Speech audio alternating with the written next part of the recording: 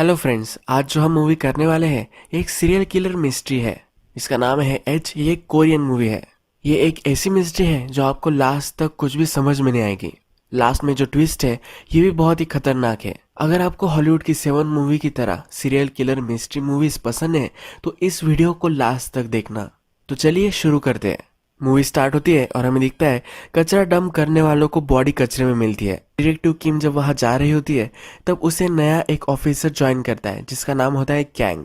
Kang ने अभी अभी पुलिस फोर्स ज्वाइन की है। जब एक क्राइम सीन पर पहुंचते तो यहाँ एक लड़की मरकर पड़ी हुई होती है। ये प्रेग्नेंट थी और प्रेगनेंसी की वजह से भी ये मरी हुई हो सकती है। जब इस बॉडी को इन्वेस्टिगेट कर रहे होते हैं तभी और एक छोटे से बच्चे की बॉडी भी उन्हें मिल जाती है। इस बच्चे की जो कॉर्ड है यह भी उसको ही लगी हुई है। अब डॉक्टर बॉडी की इन्वेस्टिगेशन कर रहे होते हैं। जब ये डॉक्टर से पूछते हैं तो डॉक्टर कहते हैं कि ये डेथ प्रेगनेंसी की वजह से हो सकती है, पर अभी तक ये श्योर नहीं है। नेक्स्ट सीन में हम देखते हैं कि एक लड़की बस से जा रही होती है। बस अब स्टॉप पर आ जाती है, सब लोग चले जाते हैं पर ये वहां से उठती नहीं। बस का ड्राइवर जब देखता है तो उसका मर्डर हो चुका होता है। अब हम देखते हैं कि डिटेक्टिव किम और कैंग ये दोनों क्राइम सीन पर पहुंच गए हैं। यहाँ आकर वो देखते हैं तो लड़की के पेट फाड़ा हुआ होता है। क्राइम सीन ये पूरा जांचते हैं और इसके बाद किम अब इसके इन्वेस्टिगेशन में लग जाती है। नेक्स्ट डे सब डिटेक्टिव्स की मीटिंग हो रही होती है तो किम इन सब को ब्रीफ करती है। किम कहती है कि हमें 2 मर्डर्स मिले हैं। पहला मर्डर जो था एक प्रेग्नेंट लेडी का था और ये जो थी इसका अबॉर्शन हो चुका था। एक सीरियल किलर का पैटर्न है। जो सीरियल किलर था इन दोनों को नहीं जानता था, ये भी इसने इस्टेब्लिश किया है। ये कहती है कि ऐसा ही सीरियल किलर हुआ करता था और अब वो जेल में है। इसका नाम होता है शिन। सेम पैटर्न अब फॉलो हो रहा है। इस पैटर्न में पहले प्रेग्नेंट लेडी, फिर अबॉर्शन वाले और इसके बाद एक लड़की का मर्डर होने वाला है जिसका ईयर कट ऑफ होगा। अब हम देखते हैं कि किम और कैंग ये दोनों सीरियल किलर से मिलने के लिए जाने वाले होते हैं। किम इस सीरियल किलर से मिल नहीं पाती क्योंकि इसका जो हस्बैंड था इस सीरियल किलर की इन्वेस्टिगेशन कर रहा था, तभी प्रेशर सहन नहीं कर पाया और उसने सुसाइड कर ली थी। किम इस सीरियल किलर को देखना सहन नहीं कर पाएगी। कैंग शिन से मिलने के लिए जाता है। शिन को उसकी फाइल पढ़कर सुनाता है। शिन ने एक्चुअल में 6 मर्डर्स किए थे। जब छठा मर्डर उसने किया था तो बॉडी उसने बैग में डाली और खुद पुलिस स्टेशन में चला गया था। कैंग उसे धमकाता है कि जल्दी से मुझे बता दो ये किया किसने है। शिन कैंग से कहता है कि तुम्हारी बॉडी और सोल से हार्ट तक जाने वाला साउंड क्या कभी तुमने सुना है? ये एक बड़े से होल की तरह होता है। कैंग शिन जो कह रहा है इसमें इंटरेस्टेड नहीं होता। उसे सब क्राइम सीन की फोटोज दिखाता है। शिन कहता है कि मुझे इनकी चीखें सुनाई दे रही है। ये बोलता है कि जब ये लोग मर रहे होते हैं इन्हें सबको सही सही दिखाई दे रहा होता है। इसमें एक पीस होता है। शिन कैंग को कहता है कि तुम अब मॉन्स्टर को पकड़ने जा रहे हो, ध्यान रखना कि तुम खुद मॉन्स्टर न बन जाओ। कैंग फिर यहाँ से चला जाता है। जो सीरियल किलर है इसे ये भी पता होता है कि किम यहाँ इस रूम में नहीं है, पर यह सब वो सुन रही है।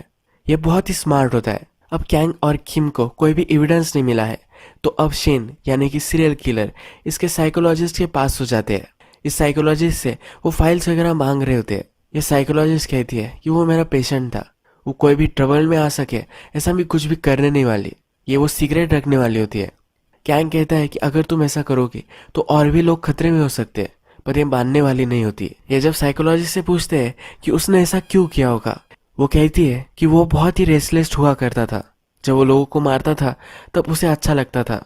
अब वो जेल में है तो वही उसे अब फील होता होगा। अब ये दोनों यहाँ से चले जाते हैं। गाड़ी में कैंग किम से कहता है हमें और भी शिन की इन्वेस्टिगेशन करनी चाहिए। किम कहती है कि सही नहीं होगा, हम अगर उसकी इन्वेस्टिगेशन करेंगे तो और भी टाइम हम गवा देंगे। जो रियल सीरियल किलर है हमें उस पर ही फोकस करना चाहिए। ये सब इंक्वायरी कर ही रहे होते हैं तभी और एक मर्डर इन्हें मिल जाता है। शिन जिस पैटर्न में मर्डर करता था इसी पैटर्न में ये हो रहे हैं। ये अब इस सब में एक लॉजिक ढूंढना चाहते हैं। जब ये पैटर्न ढूंढते हैं तब इन्हें पता चलता है कि ये जो सब लड़कियां थी एक ही हॉस्पिटल में अपना चेकअप करवाने के लिए गई थी। हॉस्पिटल स्टाफ से ये बात करते हैं तब इन्हें पता चलता है कि वहाँ एक आदमी काम करता था जिसने अभी अभी रिजाइन कर दिया है। ये जो आदमी था इसके भी प्रीवियस क्राइम के रिकॉर्ड है। अब हम नेक्स्ट सीन में देखते हैं कि जिस आदमी का जिक्र हो रहा था जिसने हॉस्पिटल से अब रिजाइन कर दिया है उसके घर पर कैंग आ जाता है। जब ये आदमी अपने घर पहुंचता है तो वहां से भागने लग जाता है। कैंग भी इसका पीछा करता है। भागते भागते ये क्लब में आ जाता है। क्लब में आने के बाद इसे कोई पकड़ ना सके इसीलिए एक चाकू लेता है और लड़की के गले पर लगाता है। कैंग शांत हो जाता है, फिर भी इस लड़की को मारकर वो भाग रहा होता है। कैंग इस पर बहुत सारी गोलियां चलाता है। जब इसे हॉस्पिटल में भर्ती करवाया जाता है तो ये कोमा में चला गया होता है। ये अब हॉस्पिटल में काम करने वाले और जो पुराने सीरियल किलर यानी कि शिन, इन दोनों में कनेक्शन बनाते हैं। ये दोनों एक ही प्रिजन में थे, यानी कि एक दूसरे को जानते थे। ये जो मर्डर हो रहे थे ये शिन ने ही करवाए हैं, ऐसा हो सकता है। कैंग अब फिर से शिन से मिलने के लिए जाता है। वो कहता है कि तुम्हारी जो सब चाल थी अब वो खत्म हो चुकी है। शिन के पैटर्न में जो नेक्स्ट मर्डर होने वाला था तो उसमें हाथ की रिंग मिसिंग थी। अब वो मर्डर हो नहीं पाएगा, तो कैंग वो रिंग लेकर आता है। शिन को वो चिढ़ा रहा होता है। शिन उसे कहता है कि तुम इस मर्डर से अटैच्ड हो रहे हो। अटैचमेंट हमसे बहुत सारे बुरे काम करवाती है। ये रिंग शिन लेता है और इससे खेलने लग जाता है। शिन कैंग से कहता है हमारे बॉडी में जो ब्लड है अगर वो डर्टी है तो इसे कोई भी बदल नहीं सकता। लोग हेवन के बारे में बात करते हैं, प्रायश्चित के बारे में बात करते हैं, पर ये कोई कर नहीं सकता। कैंग उठ जाता है, शिन की कॉलर पकड़ता है पर उसे मारता नहीं। अब नेक्स्ट सीन में हम देखते हैं कि सब ऑफिसर्स की मीटिंग चल रही होती है। इस मीटिंग में इन सब के जो बॉस है ये कह रहे होते हैं कि अब हम ये केस मिटा देंगे। शिन ने ये करवाया हो सकता है, तो जल्द से जल्द शिन को फांसी देने वाले हैं। कैंग कहता है कि हॉस्पिटल में जो काम कर रहा था और शिन, इन दोनों में सही से कनेक्शन अभी हमने बनाया नहीं है। वो सचमुच में एक दूसरे से मिले थे या नहीं ये हमें पता नहीं है। हमें और भी इसकी इन्वेस्टिगेशन करनी चाहिए। इनके बॉस को नहीं लगता कि इस पर ज़्यादा इन्वेस्टिगेशन करनी चाहिए। किम को भी यही लगता है। अब ये केस बंद करने वाले होते हैं। इस पर कैंग बहुत ही चिढ़ जाता है। कहता है कि अब मैं नौकरी छोड़ देने वाला हूँ। ये फ्रस्ट्रेटेड हो चुका होता है। कैंग का फ्रेंड उसे संभालता है और एक बार में लेकर आता है। थोड़ी देर में किम भी वहां पहुंच जाती है। कैंग उसे कहता है कि अपने आप को तुम बहुत ही स्मार्ट समझती हो। वो केस के बारे में उसे कहता है। किम कहती है और भी सीरियल किलर है जिन्हें हमें पकड़ना है। बहुत सारे लोग हम अभी भी जान बचा सकते हैं। हम अगर शिन के पीछे ही पड़े रहे तो सही से काम नहीं कर पाएंगे। अब नेक्स्ट दिन हम देखते हैं कि साइकेट्रिस्ट कैंग से मिलने के लिए आती है। उसे बहुत सारे क्वेश्चंस होते हैं पर कैंग इसे नहीं देने वाला होता। कैंग उसे जाते जाते कहकर जाता है अगर तुम इस केस के पास मुझे दिखी तो मैं तुम पर भी शक कर सकता हूँ। तुम भी ट्रबल में आ सकती हो। अब नेक्स्ट सीन में हम देखते हैं डिटेक्टिव को एक जगह की टिप मिली होती है। वहाँ वो सर्विलेंस वगैरह रख रहे होते हैं। तभी उन्हें एक बड़ा सा साउंड आता है। जो वहाँ देखने के लिए जाते हैं वहाँ और एक मर्डर हो चुका होता है। शिन जिस तरह से मर्डर करता था उसी तरीके से इस मर्डर में भी अब रिंग मिसिंग है। किम जब देखने के लिए जाती है तो नीचे उसे कुछ शैडो दिखती है। इसका पीछा वो करती है तो वहाँ कैंग ही होता है। कैंग भी इस सीरियल किलर के पीछे पड़ा था और इसमें वो जरा इंजोर्ड हो चुका है। कैंग को अब ज्यादा कुछ याद नहीं है। कैंग जब नेक्स्ट दिन पुलिस स्टेशन में होता है तो एक क्रिमिनल से मिलने के लिए उसकी वाइफ आई हुई होती है, पर ये क्रिमिनल उसे मार रहा होता है। कैंग फिर उस औरत को बचाता है और लेकर जाता है। इसके बाद इसी औरत के साथ ये खाना खा रहा है यह हमें दिखता है। जब कैंग और किम इन्वेस्टिगेशन कर रहे होते हैं, जब सीरियल किलर की हियरिंग चल रही थी, वहाँ जो भी सब लोग आए थे इन सब की वो लिस्ट निकालते हैं। इसमें कॉमन कौन था ये वो देख रहे होते हैं। कुछ 7-8 लोगों के नाम यहाँ उभर कर आते हैं। इन सब के वो क्रिमिनल रिकॉर्ड्स निकालते हैं। इसमें एक आदमी वो देखते हैं तो कैंग इसे पहचान लेता है। कैंग कहता है कि मर्डर के आसपास मैंने इस आदमी को देखा था। इस आदमी का पता वगैरह निकालते हैं और उसके अपार्टमेंट पर टीम लेकर जाते हैं। जब वो अपार्टमेंट में घुसते हैं तो वहाँ खून से डेट्स लिखी हुई होती है। जिस डेट्स पर ये खून होते हैं ये वो डेट्स होती है। अब किम इसमें पैटर्न बना लेती है। ये फिर से होने वाला है और ये किस डेट पर होने वाला है ये उसे पता है। ये सीरियल किलर से पूछती है इन 6 लड़कियों को तुमने मारा था, क्या इसी तरह से और भी किसी को तुमने मारा है?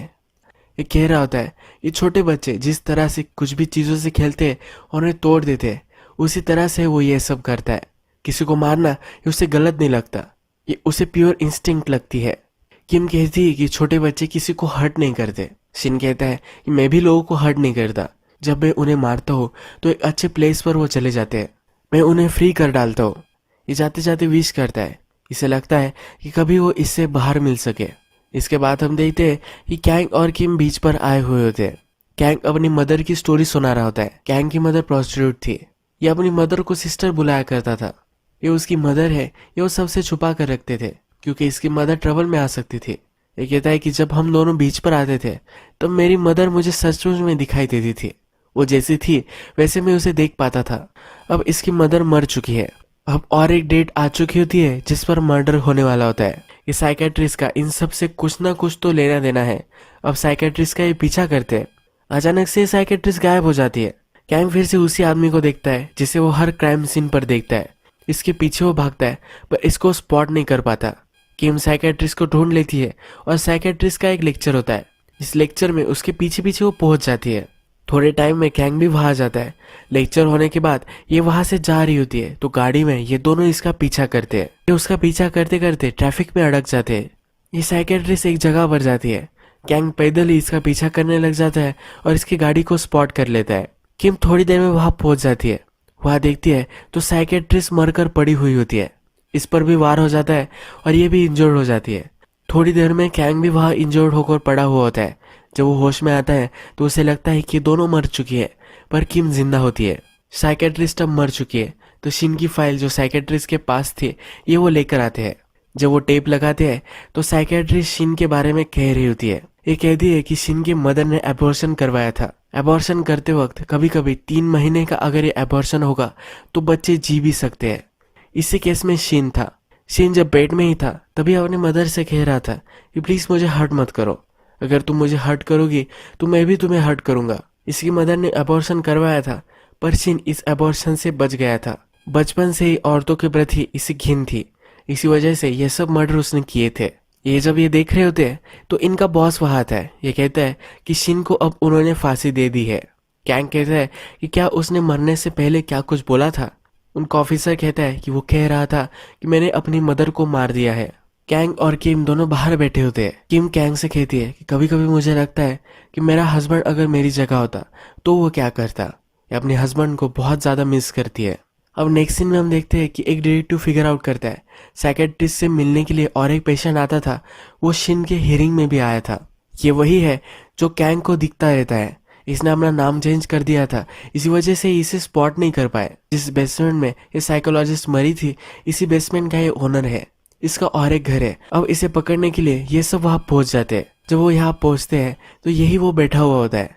इन सब के सामने ये सुसाइड कर लेता है। इसने ही ये सब क्राइम किए थे। इन सब के सबूत इसके घर में इन्हें मिल जाते हैं। अब जो रियल सीरियल किलर था इसके बारे में इन्हें पता चल चुका है तो एक केस बंद हो जाता है। किंग मरने से पहले एक सीटी डिटेक्टिव कैंग को भिजवाता है। ये अब डिटेक्टिव कैंग को मिल चुकी है। कैंग पुलिस स्टेशन से गाड़ी में निकल जाता है। किंग के पास उसका एक कोवर्कर आता है कि अब तुम्हारे हस्बैंड को शांति मिलेगी। उसके जो गुनहगार थे जिनको वो पकड़ना चाहता था अब वो सब मर चुके हैं। किम अभी भी मर्डर के जो फाइल्स होते हैं इसे ही देख रही होती है। वहां पर एक अलग चीज वो नोटिस करती है। कहती है कि एक मर्डर जहां हुआ था वहां पर 3 फुटप्रिंट्स होने चाहिए थे, एक मर्डर के, मेरे और डिटेक्टिव कैंग के, और वहां 2 ही थे।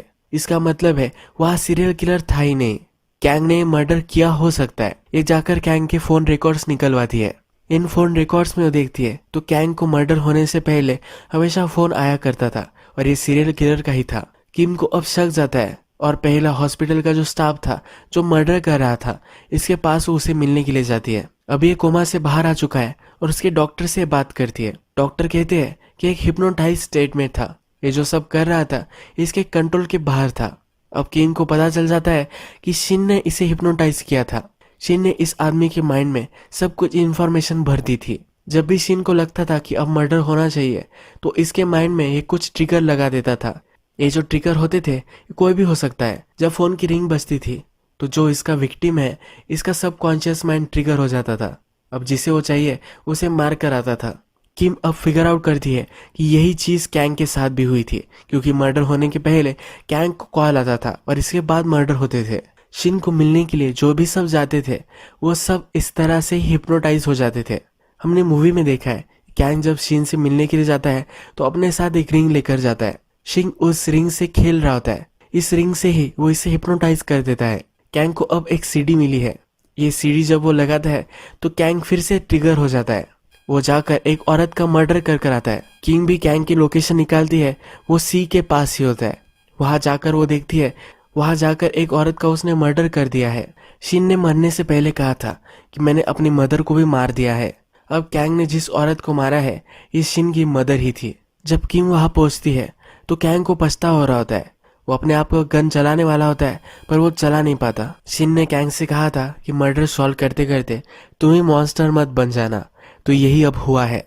कैंग खुद ही मॉन्स्टर बन चुका है। किम कैंग की गन लेती है और कैंग को ही मार डालती है।